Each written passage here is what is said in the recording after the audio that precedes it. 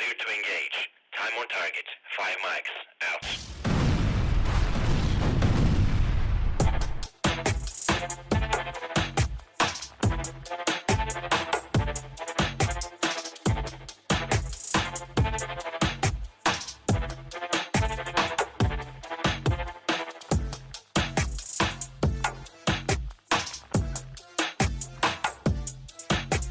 Getting old sucks. I was, worked out the last 3 days, 4 days in a row, worked on the ranch all weekend, and I could barely move. Because everything just hurts, right? And then you just Right. and it just doesn't, and then of course then I go and you step on the scale and you're like, geez, I didn't even lose a freaking pound. And it's just like you feel like you're barely eating, you're working out more than you ever, and you're sore all the damn time, and you can't lose any weight. Like that's just getting old, I guess. So It's getting our metabolism is changing, our hormones are changing. It's a it's real just thing. it's the worst. And like you were saying, like you could drive all the way to Eugene, get your hip work done, and you have to drive all the way back to Coos Bay. And of course that's the problem with rural healthcare. You got to go to Eugene for everything. Yeah, we have good providers here. We just don't have a great deal. And part of the thing that, in the big picture of things that kind of hamstrings them is they don't have the volume to do like 1,000 hip procedures. There's just not that many people, or even with Yeah. PTs, to have somebody who's actually a fellow in manual therapy. Hmm. So it does put them behind the eight ball a little bit. But I do believe that the providers we have here, for the most part, are pretty good providers. So you is it just because one, it was a friend of yours, and then so on the coast, like Coos Bay or that area there, there's like all the specialists you need there, and they're not, it's there, but there's just like one or two. There's not 4 or 5 to choose from. No, there's specialists. Most people here, regardless of what your field of profession is, you're going to have to be a generalist. Yeah, Um, that makes sense. from a physician standpoint, one of the biggest areas of weakness, weakness is not the right word, where we're seeing a large scale of either retirement or moving away and nobody filling that in, is the family practitioner. Yeah. I had a close friend who was a family practitioner trying to retire for many years and just couldn't find anybody to come in and take over his practice. Wow.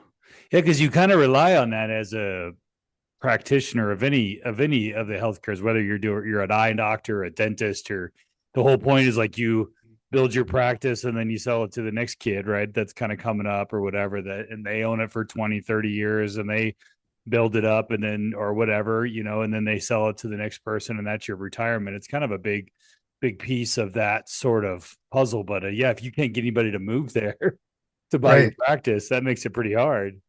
It does. And, that's complicated by rural medicine in itself. Is, patient population is usually older, more economic challenged.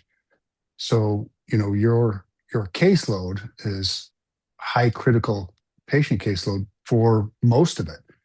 Whereas if you're in an urban setting, you got a much higher volume. You can kind of pick and choose. You can get enough, for lack of a better word, but healthier, less complicated patients that your whole book is not filled up with everybody who's got 4 or 5, 6 complicated things.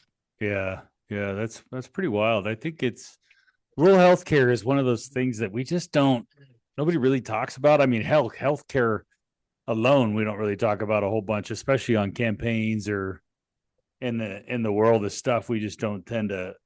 One, it's very complicated. Yeah. And two, there's really not a whole bunch of easy answers. I don't. We've complicated everything so much. There is a really easy answer, but how we get it there is not easy. The answer is to change the reimbursement rate to cover the costs of providing that care. But how do you pay for that, though? That's where it gets complicated. Okay. Who pays for that is us, and we just don't have it. Therein lies the problem. But because the whole idea is if the reimbursement rate was higher, especially in areas like Coos Bay, North Bend, or something, or coastal areas, rural America in general has less private payer care anyway. So you're always going to have more Medicaid, Medicare patients, which are those reimbursement rates are always lower than the Right. private payer stuff. So that, and then when you have an older, an aging population like you have in Coos Bay, North Bend, or any of the coastal cities where it's just older. Yeah. So therefore, then you have more of those patients and less of the, because what you love about private healthcare is that if you have younger people that are, on insurance, they don't really they don't go to the hospital that much unless it's usually like an emergency or something happens. So Yeah, exactly. Their usage rate is much lower. So, yeah. and even from an insurance company standpoint, that's what they try to do. That's how you can keep rates low, is to be able to get everybody who's 25 to 40 to purchase a policy, Yeah. because then you get to spread, if I'm an actuary, I get to spread those numbers over a greater amount of people, and the pool that's actually paying for stuff is bigger. So your policy rates would be lower. Well, that's true. Oh, hey, by the way, we're talking with Troy Cribbins here on the podcast. He's guest hosting with me because Reagan's off gallivanting. I think he's at a water park with his kids or something. So I asked Troy to come on. Troy's a candidate for House District 9, retiring Boomerite there in House District 9. Well, we're retiring again. I think Boomer's retired a few times, retired as a teacher and went back to work at the museum for a while. And then he retired doing that. And then got onto the legislature, I think in 2020, and then, did 3 terms and decided to hang up the shoes, as they say again. Who knows with Boomer if that's for good, but he decided to hang it up, and now it's an open seat that has gone mostly, very, very swung very hard Republican in the last 6 to 8 years. It's pretty amazing how far the South Coast has really moved to the right, as the whole coast has kind of shifted, except for Lincoln County, has kind of shifted to the right. That definitely is one of those interesting seats. So Troy stepped up the run. Troy has been involved in many aspects of all things in life in Coos Bay, I would say. I don't know, is that the safe way of putting it? Yeah, that's a fair way to say it. What is it? Yeah. I'm something of everything and a master of nothing. That's a good thing to be, I think, especially when it comes to the legislature. I mean, but obviously, clearly, about healthcare and all those sort of things, and you're, owning a practice, because you got an interesting history with that, because you didn't even start going to school until you were in your 30s, right? Correct. Yeah, I was 33 and working a job for, I was actually doing railroad right-of-way spray all across the West Coast. You essentially sit in this little tanker truck that rides right on the rails, and you run down the rails and you spray the right-of-way for weeds. And working with some guys I liked, but at some point I'm looking around and their idea of retirement and mine were not exactly the same. So you would just be in the engine room, and then they would just slow down and you just hop off and just spray the weeds and then hop back on while it's still going? Or was it was just one of the trucks, like we done those tours with the Coos Bay thing? You just take a truck, or do you actually on the engine? Yeah, no, actually it's called a high rail truck, but it's actually a 3,000 gallon tanker. Mine was set on top of an old Model B Mac, and I'd sit in the cab, and there's a panel in the front with a bunch of switches. They're all attached to nozzles and hydraulic booms. So you got a boom across the front, one across the back, 2 big swing arms down the side, Huh. and you just run down the rail. Yeah, and then you got there's wind, there's all kinds of things you got to pay attention to, but you just run down there, and you got to pay attention, because if you're coming up against a sign or a post or something, then you got to lift that left or right boom up so it doesn't take it off as you're driving by. Yeah, right. For a 20-something-year-old kid, paying attention is not usually the easiest thing to do. No, and then you got a supply guy that follows you in a flatbed with all the herbicide. Oh, sure. And then every so many miles, he whips into a siding, and then you jump out of the truck, run around the back, climb up the back. He throws you these 80-pound bags of of herbicide, and then you dump it in the tank, fill it back up with water, Dang. keep going. And And you I, haven't you gotten know, cancer yet from all that what- glyphosate? honestly, that's the funniest thing. We used to go to these herbicide classes to teach you about, weeds and the chemicals you used and the care. And literally, I've got no gloves on, just a pair of jeans and work Yeah. boots, and I'm jumping down into the tank, wet up to my knees. If you drop a bag in there, and, things you don't think about when you're 28 years No. old. Well, and nobody was even thinking about glyphosate and that stuff, back then. Yeah.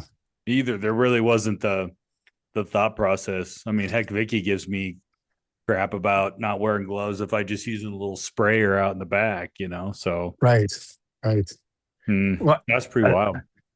yeah, it was a lot of fun. You got to see a lot of country. I traveled on the rails. I went through Arches National Park on the rails, so you get to see some crazy stuff that you would never get to see if you didn't.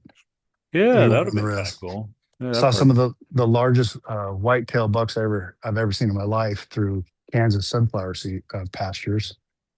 They look like horses out there.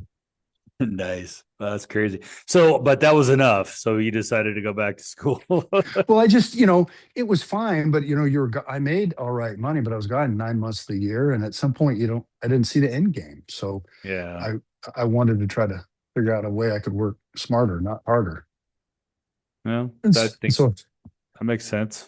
yeah, so I asked my wife if I'd go to college. I said I don't really know what I want to do, but I think I want to do something different. And she's always been nothing but super supportive and said, "Yeah, sure, go ahead, we'll figure it out." And we did.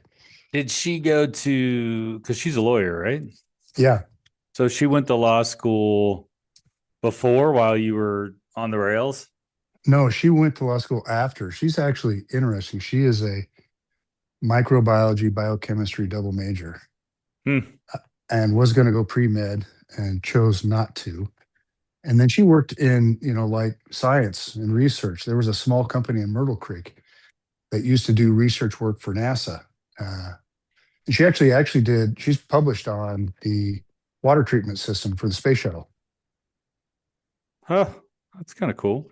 Yeah, it's kind of crazy stuff. And so that's what she was doing when I was trying to decide what to do. And then she got a job working for Eugene Water Board.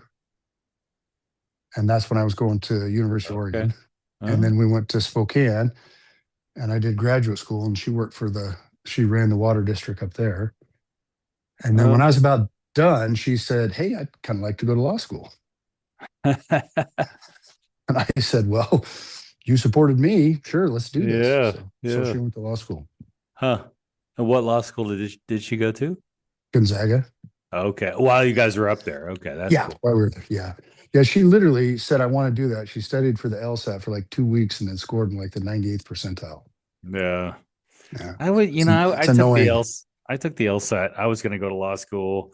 I got my undergraduate degree in political science, go figure. And then, I did well, and I was accepted to Duke Law School.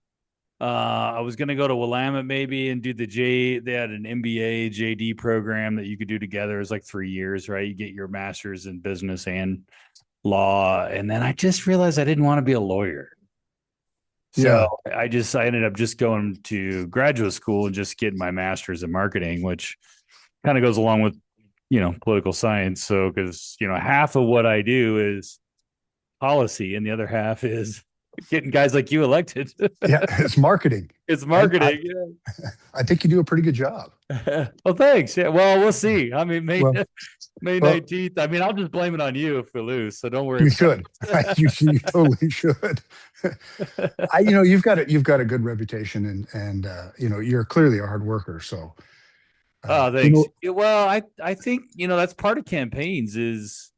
The working hard is, from a candidate standpoint, I mean, a good hardworking candidate they can't move the scales a whole bunch, but if all things being equal, if resumes are the same and all the things, I mean, a hardworking candidate can move the needle 5 points, and I think that shows when you have, somebody who works hard, hits the doors, hits the phones, fundraises, talks to people, doesn't have a problem asking people for an endorsement and if and also you got to sell people on why they should endorse you. I mean, it's not exactly easy to do. It's tough. I can concur with that. That's the part of this situation I'm not a big fan of, and I realize it's part of it. Well, you guys done a good. I mean, you and Claire raised about the same amount of money. You got Senator Anderson's endorsement. She got Boomer's endorsement because she worked for him, so it makes sense. And then but if you look at the dollars, I think she got her grandpa was able to go drag some timber guys and beat them over the head to give her money. And then you probably did that with some of the other timber guys. Like you got a few of those guys like Toby Luther and some of those guys to give you money. So, I mean, all things being equal, that's maybe on the money side of things is kind of a draw. I've always, like Reagan and I talked about, when we did the podcast, we just thought that your resume, one, it's just thicker. I mean, you're older, she's younger. I mean, it's just having that life experience is, makes a big difference, especially understanding the nuances of the things of the community. And I just really think that you understand what's happening in Coos Bay and North Bend and really the economics of what it's going to take to get those communities on the coast, all of them. I mean, from Reedsport to, Florence is a tough one because it's just such a retirement community, but and a touristic economy. But you get south of like Florence, and you get outside of the dunes like that, there's tourism, but Coos Bay, North Bend, Reedsport area, I mean, they need industry. They do. And I say that the tone I see is that, Reedsport, Lakeside, Coos Bay, North Bend, all of them are hungry for opportunities, jobs and opportunities to help themselves. Basically, frankly, we just need the state to kind of get out of the way. Yeah, Stop it's making it very, harder. very blue collar. They're very blue collar towns. I mean, really blue collar towns, and they're fun. I mean, I love going down to Coos Bay. I'm there a lot, Coos Bay and North Bend and those areas with Senator Anderson. So I know the area well, and you talk to people, and they're just very hungry for. And I'm talking like the people that are the leadership, as well as because what they're hungry for is they're hungry for their kids to quit leaving. Yep. And everybody there still remembers when the logging communities were just blowing up, and that was the place to be back then. And the promises when the logging stuff dried up, the promises have not come real, and the community just kind of languished, and there's just needs to be opportunity. And like you said, if the government seems to be more of the problem than the solution. Yeah, no, I agree. I was talking to a constituent yesterday. He called to your point earlier, asked me why I should vote for him or why he should vote for me. And so we talked for a while, and that was part of his point was when he grew up here, you could, go to work for one company in the morning. If you didn't like it, you get out of the truck and get in somebody else's truck, go to work for them the next day. Yeah. That little local competition's important.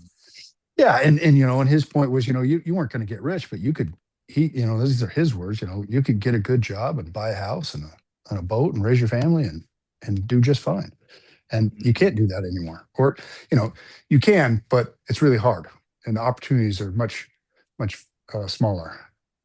Well, they always talk about that with the scales being tipped, right? Where the worker doesn't really have that leverage anymore to they do in some industries. Like if you're in the tech industry, right? If you're a software engineer or something like that, you could literally just pick up and say, screw you and leave, and then probably get a better job over at Facebook and then go back to Apple, and then from Apple over to, the next one. So there are those industries, but that sort of industry doesn't exist in Coos Bay. So what are you going to do? Leave Burger King to go to McDonald's? I mean, Right. it's just tough. There's some jobs there. There's still fishing industry. There's still some of those things, but it's just not the extent of what it was.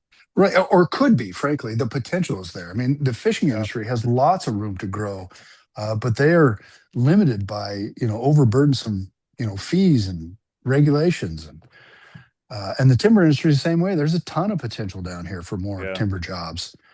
We just need to be able to, the difficulty is, and people have said, we're just going to go log it. I mean, that's That's a great statement, but it's not based in any kind of real reality, because once you do that and then get sued for triple stumpage, it Yeah. doesn't make it very profitable anymore. So, we can talk about what we want it to be and what it is, but we need to move to the direction where we increase those harvests, because the potential is there for those jobs and for better management of the forests, better access. We talked about Lone Rock Timber, and they were talking about that. And, Toby Luther was saying, if you want to address fire safety, then let us get back in the woods and improve the roads, increase the access. Those are fire breaks. If there is a fire, we got much quicker access to it. If we Yep. can log and harvest our timber, we can thin out the underbrush. I mean, it's a win-win-win all the way around. And then with the big push of people being concerned about air pollution and stuff, those fires are a significant contributor to that. Well, I don't want to talk about that, Troy. Well, and the other side is there's just guys in the woods, And there's people and there. they have water right? trucks on logging outfit, right? I mean, they have cats and- firefighting, Right. apparatuses there. And so the reality is if there's a spot fire, and I remember this even back in my Forest Service days when I was, working for the Forest Service in Doofer. We were out in the woods, and so if there was a smoke, you had the fire watch. They would they catch it, and there'd be enough people that they could be there within 10, 20, 30 minutes, depending on where it was. And we always would run into some of the loggers and some of the guys they were already out there, and they were like, "Oh, we need a water truck. We'll be right there." And they, they come rolling up, and you could put out those smokes, and you didn't get these catastrophic wildfires that we have now because you just can't get to them fast enough. Yep. No, that's true. And some of it too is, I think if we're going to talk about it, you got to talk about the federal policies and their position on wildfires. And, instead of putting the fire break right at the fire, they'll go back 2 ridges and put it and wait for it to burn up to it. Yeah. I mean, that's part of the equation too. I mean, it's not, Yeah. if we're talking about state policies, there's not much we can do about that, but No, the state it does add to a pretty it. good job with fires. It's really because although usually, like you said, the federal policy of just kind of like letting it burn a little bit more, it just doesn't work. Because what if the winds change? What if this changes, that changes? There's just too many variables to say, well, we're just going to put this line in. And how many times do we see those lines not holding? Right. Well, so another thing I did years ago was wildland firefighting. And so part of it is if you let that fire get big enough, it starts to create its own weather, right?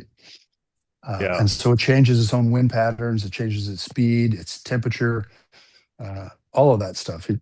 It's not beneficial. No, I don't know where that policy came from, but it's not beneficial. There was this idea that wildfire was supposed to be good for clearing up the forest, and they thought it would kill the beetles and things like that, right? And it kind of really was just these failed Clinton-esque type policies that really just kind of held true, and those same sort of folks are kind of still running the show. It's like I see a lot of those type 1 teams and stuff that are the federal guys. They're usually double dippers. They've already retired, and then they go back for summer fire, and they're just making tons of money double dipping because there's not enough people in that profession, or they can't pay them enough year round. So they do it on these part-time basis. And then those guys still have the same mentality when it comes to fighting fire. But all of that to be said, none of that would really matter if you just had more logging going on and you had more management of the forest. You just wouldn't see there's just too many natural fire breaks that would be out there through, like you were saying, roads, and then there, one fire go, and then it would be, hits a clear cut. Well, you could anchor off of a clear cut and build a fire line, so you just can't do that if there's no clear cuts and there's dead and down trees all over the place, and it just doesn't work anymore. Yeah. And I think like you were talking about I think those theories are accurate. The problem is that when you set those theories out and you don't include the human condition, that we're part of that equation, that's where the problem occurs. Like Damn humans. Right, exactly. If this was the turn of the century, that works fine, but it's not, and we live here and we work here. So then you start thinking about people's herd animals, and you start thinking about people's ranches and their hay, And then if you get closer into the rural urban interface, now we got people's houses. So when we talk about the environment, I think we all want a clean, healthy, beautiful environment. But you can't base those policies and not include the human component. We're Yeah. part of that equation. Well, I think we're definitely part of starting them because 70% of all. I mean, the governor just had that press conference the other day, and she was like 70% of all fires are man-made, and I don't know how many of those are homeless-made, which they don't like talking about that either. So I think there's, especially over here in my neck of the woods in Deschutes County, the fires we had last year were all from homeless camps, except for the one out in Madras that started out there. The big one out there was, some dumb homeowner and let a brush. I don't know what they were doing, burning brush or something during the day, but yeah. It's crazy. I don't know what the statistics on, which part of human, but yeah, it's always been the majority of wildfires are human caused by some nature, either cigarettes or hot exhaust pipes or, not putting out your campfire. Well, I shouldn't even have those. And the worst part is on the coast, it doesn't. Do you guys have many wildfires there on the coast? If you go more like Douglas County, if you go inland a little bit more, then definitely, right? But not right on the coast. Yeah, clearly, yes. But we do have some here. We've had some big ones down in Port Orford and then Brookings. They've had a couple big fires there. The names of them escape my attention, but they've been pretty big. And we go back far enough in time, you got the Tillamook fire. So, yeah. And back to the natural resources thing, and I just wanted to talk about the Pacific seafood stuff. You're obviously aware of that, and government getting in the way, and the Charleston plant was at the center of that storm of the largest DEQ fine that the governor put on Pacific seafood, which they process. So fishermen go out, the way I see it, correct me if I'm wrong, but I think I have it right. So a bunch of guys with boats, they go out, they catch fish, however they do that, crab, all the things, they bring it in, they take it, so those guys in Charleston take it there, and that's where it gets processed. So then Pacific Seafood processes the seafood, basically means they, cut up the salmon, they cut up the crab, they do all the things, and then they sell it. So they buy it from the fishermen's, and then they sell it to probably the wholesalers, right? So then they sell it off to the market.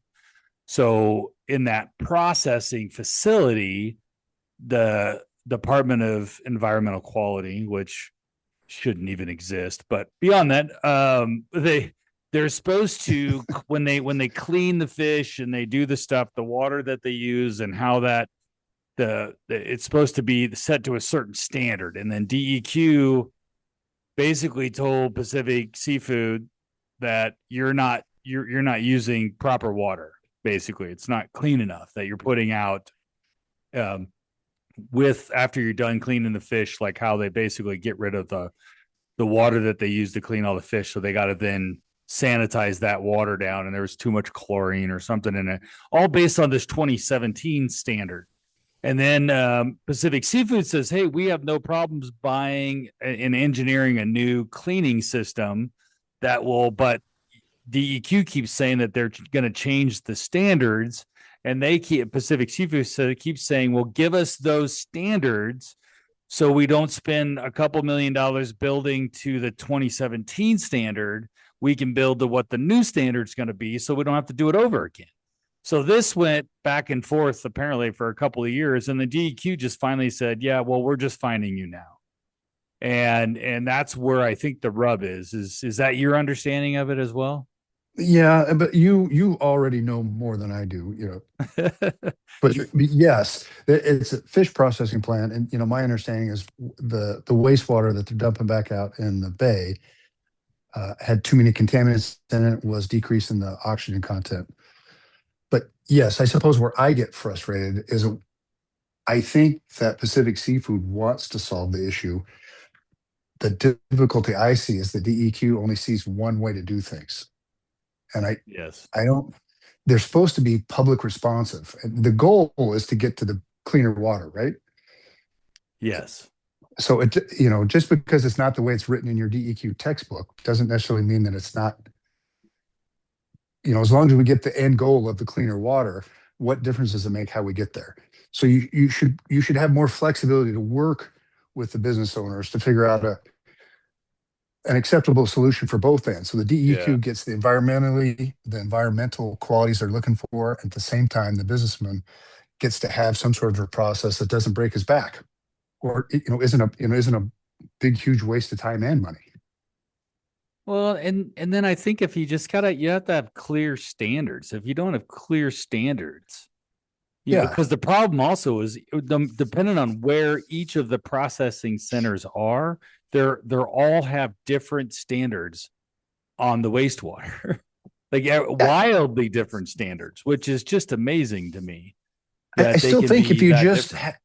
I still think if you're just flexible and you're working with them and everything is site specific. Jill Rolfe, the county planner, actually just wrote a letter to the governor about, and her point was housing, but it's the same principle, right? Is like you establish all these things to try to improve this process, but every layer you put on there just actually makes it for the people on the ground harder to achieve that. Yeah.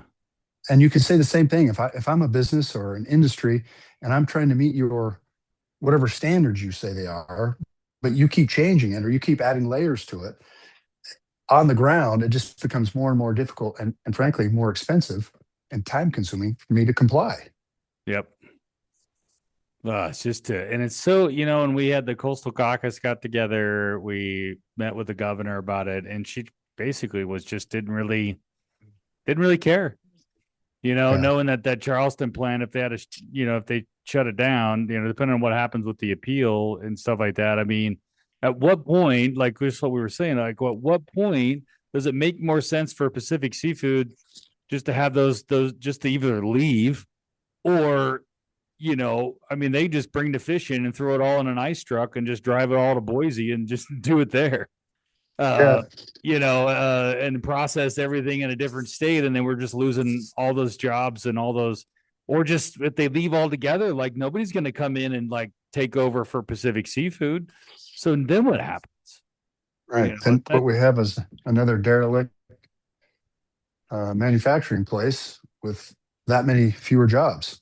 Yeah, and the And from the ripple state's effect of that would perspective, just be detrimental too, because not only are you losing the processing jobs, you're losing all the fishing jobs, all the independent contractors. yeah.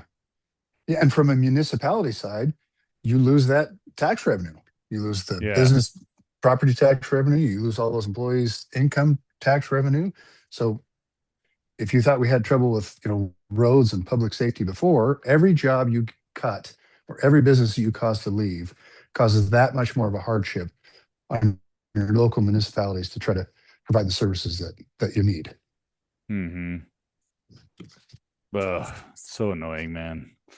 Hey, speaking of the governor, did you catch that? Did you actually watch the debate on Monday? You didn't have a chance to watch my recap of the debate, but did you watch the debate? I did not get to see all of it. I've got to see Yeah. pieces of it.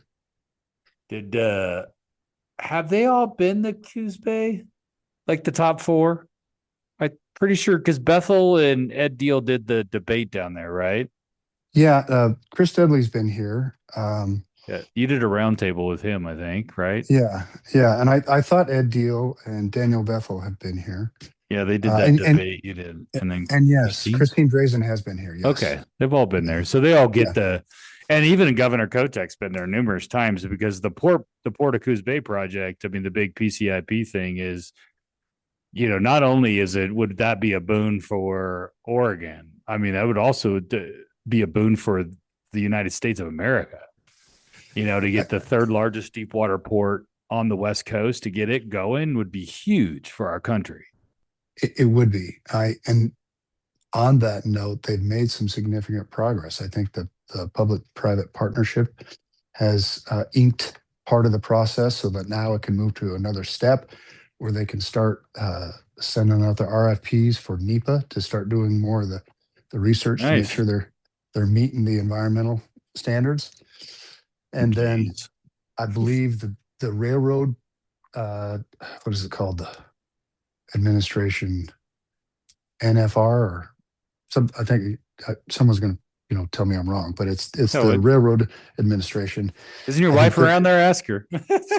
she's not. She is embarking on a journey from Cincinnati, Ohio, with our youngest son, Oh, okay. who just finished his last final for his sophomore year at Xavier University, and they're road tripping at home. Oh, wow. Yeah, so I see that ending one of two ways. That's going to be a wonderful parent-child bonding experience, or someone's going to die. Uh, And my money's on her. I'll be So- road tripping. I'm road tripping over to Florence on Monday with my Are ya? son. I'm going to bring my son. So he said he'd All right, come up. awesome. So, yeah. That'll be fun. We'll be up there. Yeah. So yeah, I think that project's moving forward in concrete ways. They're going to do some more studies on the railroad. And I think the Department of Transportation was out here and they did some site visits. It's all to this point really positive. And as long as it keeps moving in a positive direction, I would be really ecstatic, because you're right. It would be a game changer for the South Coast and the state, and frankly, the whole Pacific Northwest. Yeah, I agree. I mean, I think it'd just be huge, right? I mean, to have and be good for Eugene. I mean, there's so many other people that win in this process. Just because you're creating shipping, the ability for shipping containers to come in and go out the door and, reach markets in the Midwest, and, because it gets on the freight lines and heads down to Nevada and away it goes, right? So Yeah, 100%. it's way closer for ships to get in, instead of like the Port of Portland and some of those other ports where it's a long haul in to those things, whereas Coos Bay is just right there. The federal government has some work to do. I mean, that's rebuilding that railway line. Speaking of going full circle with your history there, rebuilding. I've been on that tour on that rail line, and there does need to be some work.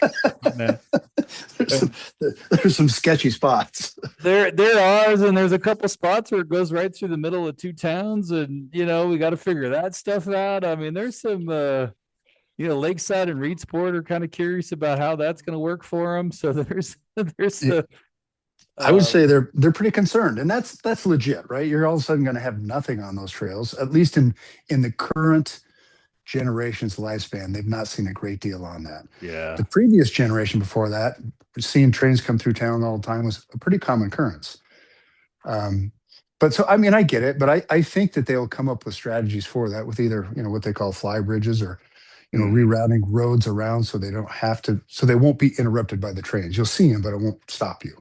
Yeah, that's what they were saying. And I think that, and I think people in Reedsport and some of those areas will be fine with it because of the jobs that it'll bring. I mean, you always have to give up a little bit of convenience for the gain of economic development. And I fight this even amongst my friends in the Republican Party, as well as, our friends in the Democrat Party. They fight it as well, because both of us have NIMBYs, right? I mean, both of us have people that, there's a lot of, retirees that move to the coast, and they're retired school teachers or whatever. And they hey, now that I'm here, I don't want any of this stuff. I like the nice, sleepy little town, but the young people need to see a future, and industry is the only way you do that. You can't sit there and wait for the government to come in and save you. That's not work. Socialism is not going to work. And so we have to have industry so we can build, all the things that we want to build, because they pay taxes. And then, local governments are starving for taxes so they can repair roads, they can build schools, hospitals, right? All of the things we need all come from industry, and they come from constructing and building things and creating a job base, a tax base, and all the things. And I fight that. We even fight it in Crook County. We're fighting it with people that are like, oh, we don't want Crook County to grow. I'm like, well, do you want us to be Lakeview? Because that's not working out very well for them. Oh, you're right. And I was going to say, because it's deep in that. I think the hard part for me to try to explain, or to have some understanding from those folks that have that viewpoint, is that sleepy little town that you love, and in this case, I'll say Coos Bay, with that hospital that you moved here for, And Yeah. that coffee shop that you really like, it's going to close if we don't Yeah. grow, because it can't make it on what's here. And what's here is getting smaller and smaller. Yep.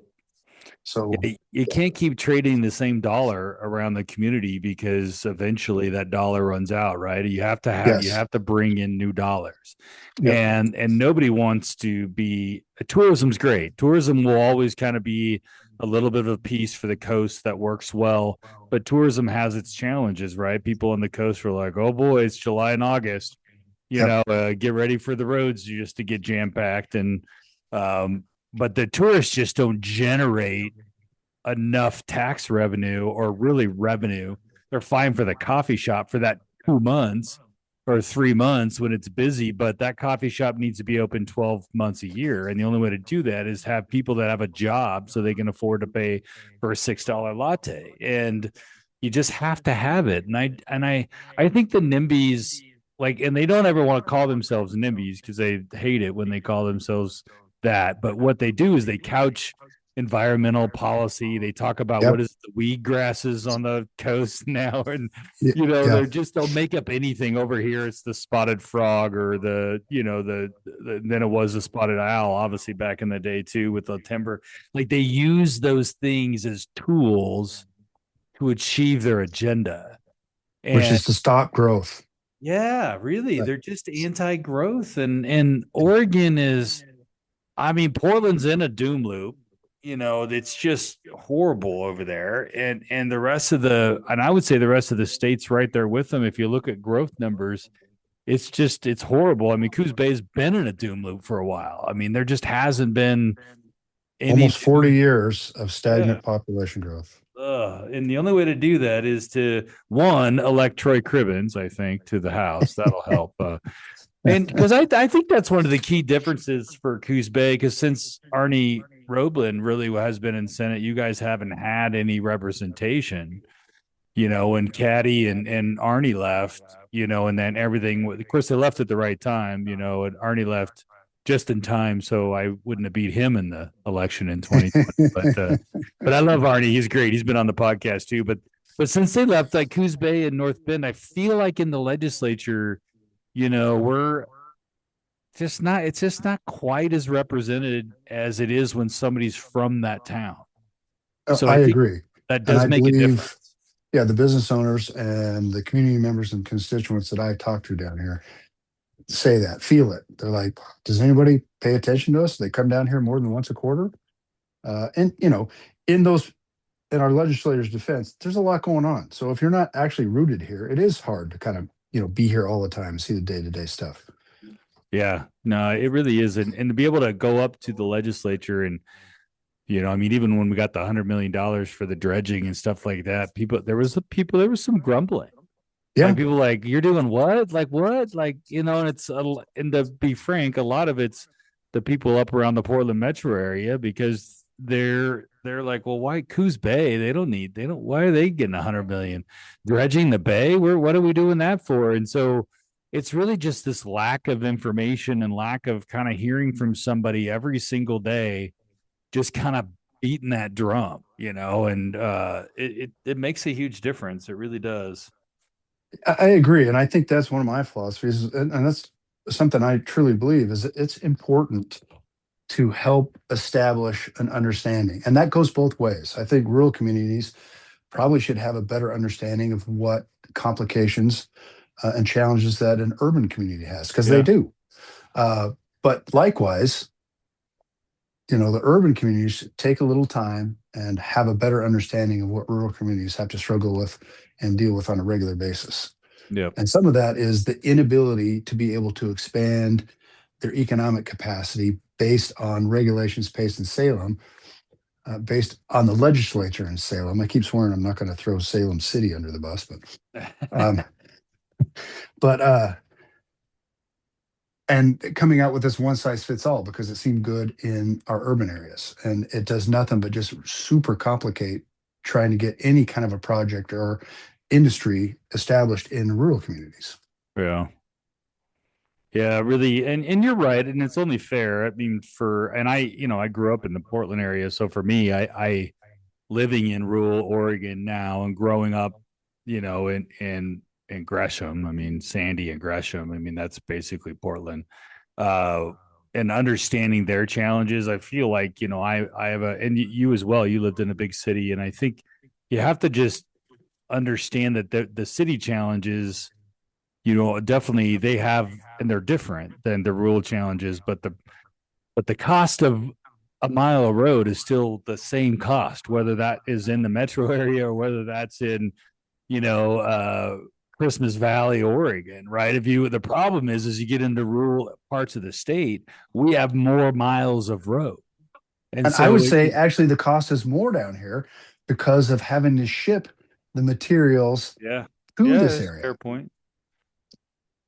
So Yeah, it's not apples to apples. It's much more expensive to do road maintenance and road security and road development down here because you got to get the stuff here. That's why our gas, if you looked at the national averages, our gas in Coos County is 10 cents higher than the rest of the state.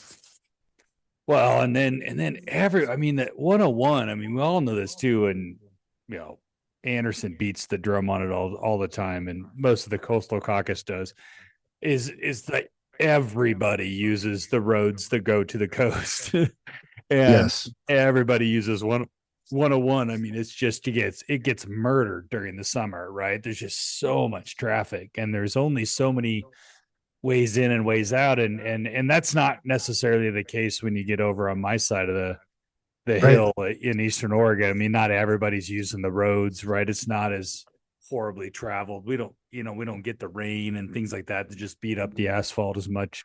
But 101 in the coastal areas, they disproportionately don't get the support No. from the legislature. It's a real challenge. And it's really something that, we need to, as a legislature, and I think we're going to get into it, I hope, at some point, with that transportation funding package failing last cycle, and then the guys coming back this next year. We really have to Oregon has to invest in our roads. We need to invest in our capacity, and we need to Yeah. invest in our roads and bridges in a way that Republicans are okay with investing, because we're going to get additional capacity, and it's not going to be DEI or other crappy, stupid programs. We could get rid of the DEQ testing stuff up in the metro area. All cars now are all better equipped than they used to be, not spewing out, black smoke out of every Emissions. car. And, Yeah. like, it's because we got national standards that have changed the whole game, right? So Yeah.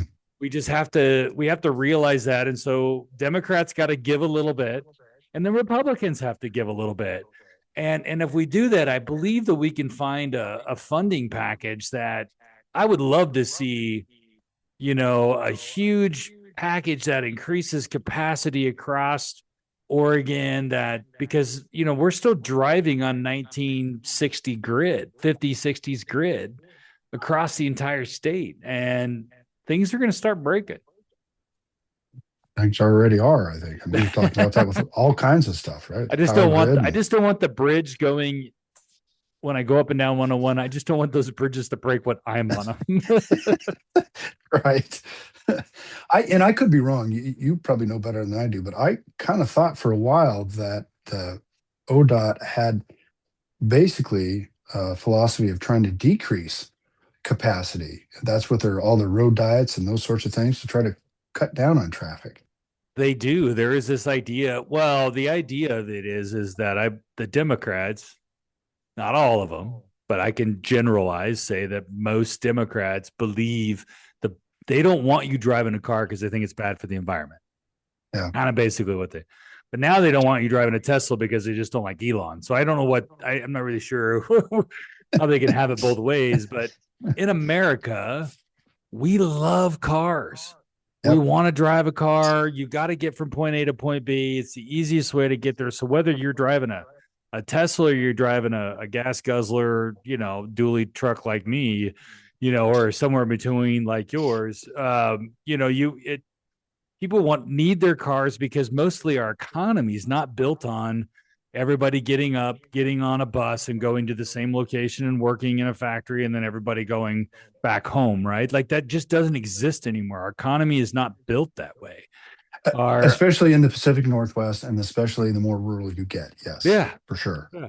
Just the reality of it, right? So, And I think that But so the only way to really, they want to force you out of your car by basically saying, well, we're going to have road diet. So if it's so difficult for you to drive your car that maybe you'll give it up and take the bus, or TriMet or whatever. And that's one part of it. The other part of it is they want you riding a bike and I don't have a problem with bike lanes. I just don't think we should be sharing them with cars because you will die if you're riding a bike and somebody's dumb behind you in a car. So I just think it doesn't make a lot of sense. And I think but there can be a medium somewhere in the middle there, but shutting down roads, I think, is just not a way of doing it. And also the other thing I hated was when they get rid of, parking spaces and stuff. So you go around Portland now, you can never find a place to park. Oh, that's crazy. It's horrible. And it's just making things worse. But in rural Oregon, that's one of the things that I love about it is I love to drive. I mean, I live, my ranch is about 5 miles, a little less than 5 miles from downtown Prineville. So it's great. Like I have no neighbors and, 6,000 acres, but I'm right next to town. So it's kind of perfect. I was going to say, that's a cat's meow, man. Yeah, it is. But I'm still not going to ride my bike to work. Maybe I should. Maybe that's how I'd lose some more weight. But I have to get around. I have to go, I'm like, while I'm here and, during the day, I have a couple of appointments. I usually have to run to Bend. I got to run to Redmond. Like, how am I going to do that? Right. So it's just difficult. So, here's my 2 cents on that, because I agree with you. And I think I am fine for any kind of a progressive change, but it has to be market driven, right? So if some sort of technology comes up where I can step on a train, I can go anywhere I want in 5 minutes, I'm all for that. I'll do that. Yeah. But you don't have that right now. What you have is, a bus, if you're in rural, or maybe a train, and none of them are any kind of on a frequent route where it's convenient for the general public. And until you're able to come up with that sort of technology, you are not going to get people out of their cars, right? Yeah. And I think that's what sometimes our government misses, is when they try to push us into something. I'm going to go into ideology here. It's what we start becoming called the nanny state. So I have this group of people in Salem who are trying to tell me what is the better way to live and the right way to live and how I should live. And in order to make me do that, they're going to make it really difficult on me to live the way I want to live my life. And to me, that's messed up. If you come up with some sort of a realistic and market-driven replacement for how we get our energy, how we drive, everything that we do, I think most people would accept it, right? Because, well, that's easier, it's cheaper, and I get the same sort of service. Mm-hmm. But what you get now is it's not easier, it's usually harder, and it's definitely never cheaper. And so, people are like, well, no, quit making me do that. It's not convenient for me. Yeah. So somehow we have to figure out I am all for these changes. And, if we're thinking about trying to protect the environment, I get that. But, let's make sure that they're legit, that they're market driven, that they work, that they're not just somebody's idea. Yeah. Yes. It's rooted in real science, not just your own your own think tank, nonprofit science. Yeah. Right. It's got objective measures that you're if we're just talking about electricity, I could produce this amount of kilowatts and get it to you in this amount of time on a reliable basis, and we don't have to use coal plants. Well, all right, great. I think everybody will be fine with that. Problem is you can't do that. No. And your alternative now is, what kills me, we'll go off a tangent here, is with the solar grids, is like, we talk about land use and protecting our farmlands, and I look out there and I see 20 acres covered with glass, and I'm like, well, so that's your solution? That's prettier?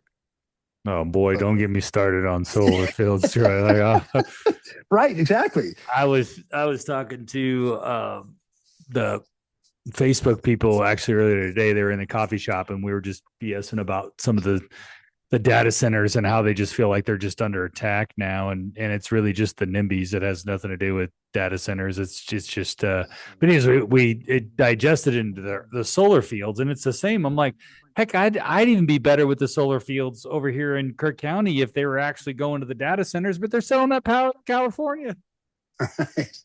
Right. It doesn't make any sense. And now you got all this environmental crap in the ground. You're going to have concrete in the ground forever. Like, it's just, It's horrible. Yeah, it really is. I'm with you. And I think that was Bruce's biggest thing with the transportation package stuff. I remember talking to him a lot about that transportation package during the last long session when we were working on it. It was like all Republicans at the end of the day really want is objective standards. Yes. We need oversight on the dollars to make sure it's not going into wacky programs that then go into, nonprofits that go into social justice programs that basically feed back into Democratic campaigns. So we're just looking for clear and objective standards. And then I don't think Republicans aren't opposed to funding those things, but you got to have clear and objective standards and be held accountable. You've got to demonstrate how that's going to solve your issue, one, and two, benefit our communities. Yeah. And you haven't been able to do that yet. 100%. Honestly, I'm not even opposed to necessarily nonprofits, right? In the context of when you talk about a nonprofit, it's like there's an issue, right? Some sort of an issue or problem, and we're going to galvanize this group and we're going to solve this issue. And if I thought even just once somebody made a group, saw a problem, solved the problem, and then disbanded, I'd go, hey, that was a great idea. But it never happens like that. No. Before you know it, that problem never gets solved. And then two, they find four more that they have to address. So then they want to grow exponentially. And what it's become is just a way to create a job off federal or state grants or taxes or, something else. All that money could be going to fixing the roads. Yep. Or providing public safety. Oh man, I mean, the amount of things that we could just get rid of and fund roads would be wonderful. I mean, that's a monumental lift in today's world. But we'll get there though. I mean, I think the pendulum is shifting. I think there's some opportunity to make some changes that are real changes. I think, Senator Anderson is he's made wonderful changes and inroads with working across the aisle to get things accomplished, in housing and like what we're doing there on Monday, the childcare roundtables and stuff. Him and I have been digging into childcare, and he was way on that way earlier than I was working for him. Was, because he just kept talking about, on the coast or in rural parts, both parents need to work, but there's no childcare. Yeah. And if there is, it's god awful expensive. Yeah. And we're scary. Diving. Yeah. And the regulations is one thing. I mean, that's not driving the ultimate cost. It's really just lack of abundance. Right. So, but there's other things, liability insurance comes into it, all the things that there are a lot of things involved in what drives that cost, but, just finding solutions and getting but focused on the things that actually matter to Oregonians and not focused on, social issues and all the other shit that happens. It's just, our job isn't to, change the world and make, every social issue the issue of the day. Our job is to, make life for everyday Oregonians just a little bit better. Right. I would succinctly say the job of government is to facilitate the private citizen. Yeah. And that has switched around where the government is telling the private citizen how they should live, where they should live, and why they should live. Yeah. Yeah. I don't want that. I don't either. I'm not a big fan. Hopefully we haven't rambled on too long. It's been good. I've really enjoyed it.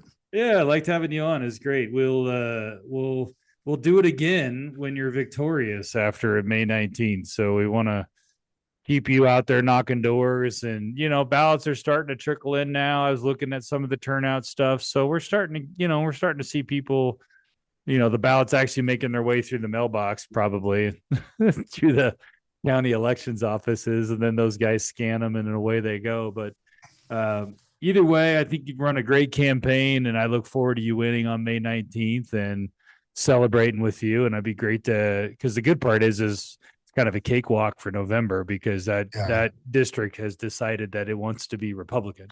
Doesn't mean you still don't have to work and make the case, but I think that it'd be good to have you in the legislature. I think having your background, your healthcare background, heck, your railroad background, those sort of things are really what we need in the legislature is more people with with real business backgrounds understand, signing the front of the check, not just the back of the check. And that's super important. Yeah, I mean, that's sort of my impetus for going. I mean, I don't talk about it much because it was a long time ago for me, but I've probably got 10, 15 years of working with my hands, doing all kinds of stuff. I get what every average A working guy and woman is going through. And I changed and I've gone to a more administrative part or business owner part. And I like that role too, but it's different. When I first opened my first business, somebody asked me what I did there. And I said, everything that needs to be done. I wash the toilets, I sweep the floors. If it needs to be done, there's no one else to do it. I guess that's me. Yeah, that was me packing up the garbage today here in the office. So, 100%. Somebody's got to do it. Vicky said I had to clean the toilet. She hates cleaning bathrooms. She'll clean everything else. She's awesome at the house cleaning. But the one thing, like, we just have a deal. Like, she goes, I'll vacuum and clean the floors and do all the things, but you got to do the toilets. I can't handle it. Deals are good in marriages. Deals are what keep marriages alive. Yeah, I think so. Plus, it's, she's the only female and it's just nothing but boys in that damn house. So oh my gosh. Yeah. I feel for her already. I mean, even my dogs are both boys. So yeah, I'm totally on her side on this one. Jesus. I hear you. Well, thanks for your time, Troy. I appreciate it. And best of luck, TroyCribbins.com. Thanks, Bryan. Appreciate the time. Tell your lovely wife and Representative Everson hello for me. And thanks for the time. Will do. Got a bill, I wanna make it sway. People talking left and right, but we're gonna do this thing tonight. Oh, yeah. Time to make a move. Can't afford to lose. Got the votes to prove what we're gonna do. We're dancing back and forth on the Senate floor. Moving bills through an open door. Round and round until we score. This is what we came here for. Dancing on the Senate floor.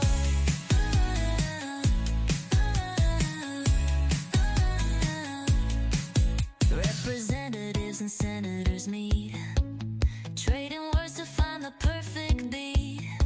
Committee hearings all day long, till we finally sing the same song. Oh, yeah. Amendments flying high, watch them pass on by. Gotta give and try, make this bill fly. We're dancing back and forth on the Senate floor. La, la, la, yeah, yeah. Moving bills through an open door. Round and round until we score. This is what we came here for.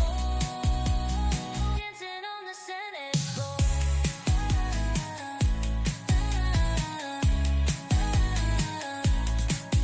When the votes align, and the count is right.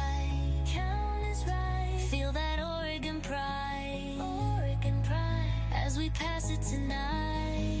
We're dancing.